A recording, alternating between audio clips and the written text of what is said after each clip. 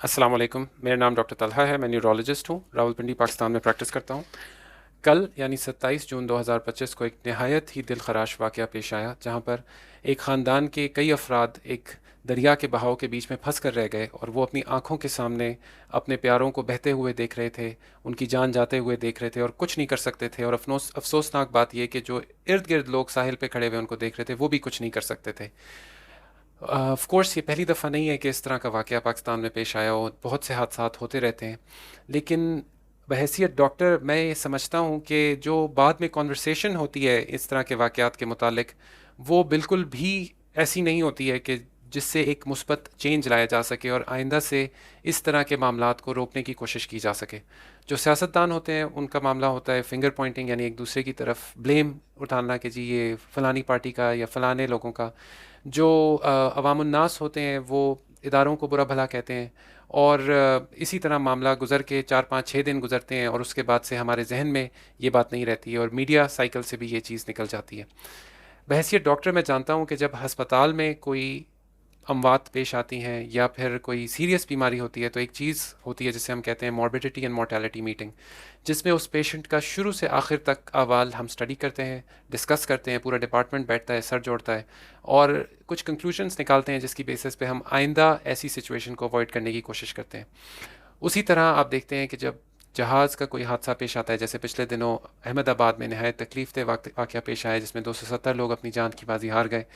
तो एक इन्वेस्टिगेशन होती है जो बहुत ही थॉरो होती है और 30 दिन के अंदर उसकी इब्तदाई रिपोर्ट शाया होती है और 1 साल के अंदर अंदर उसकी मुकम्मल तफसीली रिपोर्ट शाया होती है और उसके अंदर कुछ मशवरे होते हैं जिसकी बुनियादों पर आइंदा ऐसे हादसात से बचने के लिए लाए अमल इख्तियार किया जाता है। इस तरह के वाक़यात के अंदर भी ये ज़रूरी है कि बजाय इसके कि हम एक ब्लेम गेम खेलें, एक दूसरे के ऊपर उंगलियां उठाएं और चंद ऑफिसर्स को सस्पेंड करके 1 या 2 महीने के लिए इस मामले को रफा दफा किया जाए, कारपेट के अंदर पुश किया जाए। मेरे ख्याल में ज़रूरी ये है कि प्री मेच्योर रिएक्शन, एक नी जर्क रिएक्शन से पहले एक थोरो इन्वेस्टिगेशन की जाए कि इसके अंदर कहाँ कहाँ पे बहैसियत सिविक एडमिनिस्ट्रेशन जो इंतज़ामिया थी, उसके अलावा जो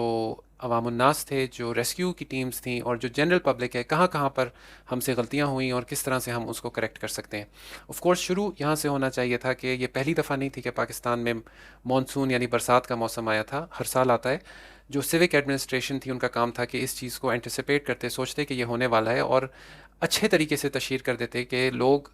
वाटर बॉडीज से दूर रहें, दरिया से दूर रहें, वहाँ पे जो टूरिज़्म है, सैर है, वो ना करने जाएं। ये तशहीर होनी चाहिए थी पहली बात। फिर अगर कुछ लोगों तक अगर वो बात ना पहुँचे, फिर वहाँ पर कुछ ऐसा अमला तैनात होना चाहिए था जो लोगों को रोकें। जैसे हम गार्ड एक तैनात कर देते हैं, उसी तरह कोई ऐसा बंदा जो लोगों को वहाँ जाने से रोके, या पुलिस, सरकार के पास तो पुलिस की कोई कमी नहीं होती है, वहाँ पे पुलिस को तैनात एक ऑफिसर भी हो तो वो लोगों को जाने से वहाँ से रोके। फिर उसके बाद अगर ऐसा वाक़या पेश आ ही गया था, किसी तक बात नहीं पहुंची या किसी ने बात को नहीं समझा, तो जो रेस्क्यू की टीम्स हैं उनको बर वक्त बुलाने का एक मेकनिज़म, उसके बाद अगर उनके पास कोई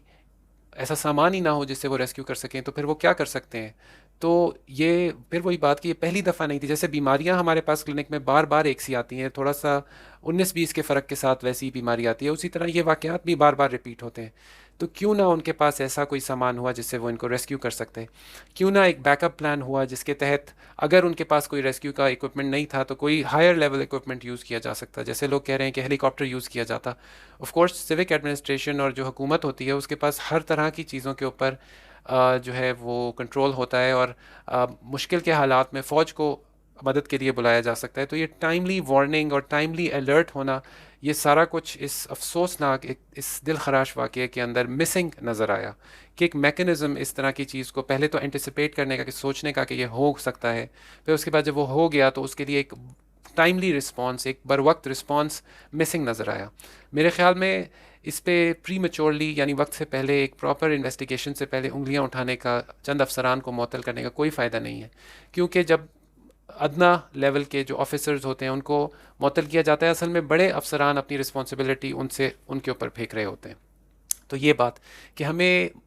जो डिस्कशन इस तरह के वाक़यात के बाद होती है उसको चेंज करने की ज़रूरत है। बजाय जज्बात के हमें एक अकली तौर पर इस सब मामले को स्टडी करना चाहिए और जो कमियां हैं उसको पूरी करनी चाहिए। और अगर फाइनली किसी के ऊपर क्रिमिनल नेग्लिजेंस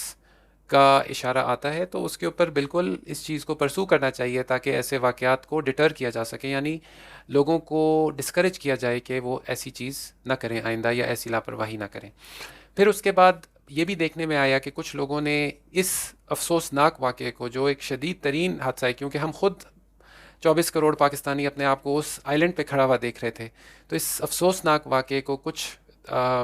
میں تو کہوں گا کہ برے سیاستدانوں نے اپنے ذاتی مفادات کے لیے یوز کیا، اور بجائے اس کے کہ اس واقعے پہ فوکس کریں اور اس کی جو ڈیٹیلز ہیں اس کے اوپر فوکس کریں، انہوں نے رخ ہی موڑ دیا کہ جی یہ تو گلوبل وارمنگ ہے، اور گلوبل وارمنگ کو جو لوگ انکار کر رہے ہیں وہ لوگ جو ہے نا وہ اس کے اندر مبتلا ہو رہے ہیں، اور وہ لوگ اس کے اندر گنہگار ہیں۔ حالانکہ فلیش فلڈز یہ پہلی دفعہ نہیں آئے ہیں، اور یہ پہلے بھی آتے رہے ہیں، اور یہ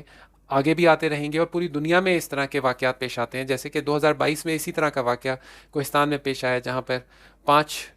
نوجوانوں نے جام شہادت نوش فرمایا، اور اسی طرح وہ دریا میں ریپڈز میں پھنس گئے اور اس کو ریسکیو نہیں کیا جا سکا۔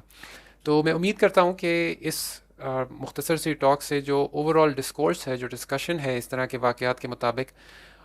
متعلق ان کا کلچر چینج ہوگا، یعنی ایک شفٹ ہوگا، ایک پیراڈائم شفٹ، کہ ہم چیزوں کو بجائے ڈائریکٹلی کہ فلانے نے کیا اور اس نے کیا، فنگر پوائنٹنگ کے بجائے ہم سر جوڑ کے بیٹھیں اور سوچیں کہ کہاں کہاں پر ہم غلط رہے اور کیسے ہم اس کو چینج کر سکتے ہیں، تاکہ آئندہ کسی بھی خاندان کو اس تکلیف سے، اس کرب سے نہ گزرنا پڑے کہ وہ اپنے پیاروں کو بہتا ہوا دیکھیں اور کچھ نہ کر سکیں اور اپنی باری کا انتظار کر رہے ہیں۔ اور ہم سب ان کے خاندان کا حصہ ہیں اس وقت، کیونکہ 24 کروڑ پاکستانیوں نے اپنے آپ کو اپنے ذہن میں اس آئلینڈ پہ محسوس کیا۔ تو میں امید کرتا ہوں کہ اس سے کوئی مثبت تبدیلی آ سکے گی۔ میں ان حکام سے درخواست کرتا ہوں جو اگر جن تک میری بات پہنچے، کہ اس کو سوچیں، اس کو بیٹھیں، رادر دین کہ انتظار کریں کہ 5-6 دن میں جب یہ نیوز سائیکل سے نکل جائے بات تو ٹھیک ہے، بلا ٹلی۔ میرا نام ڈاکٹر طلحہ ہے، مجھے اپنی دعاؤں میں یاد رکھیے گا۔ السلام علیکم ورحمۃ اللہ۔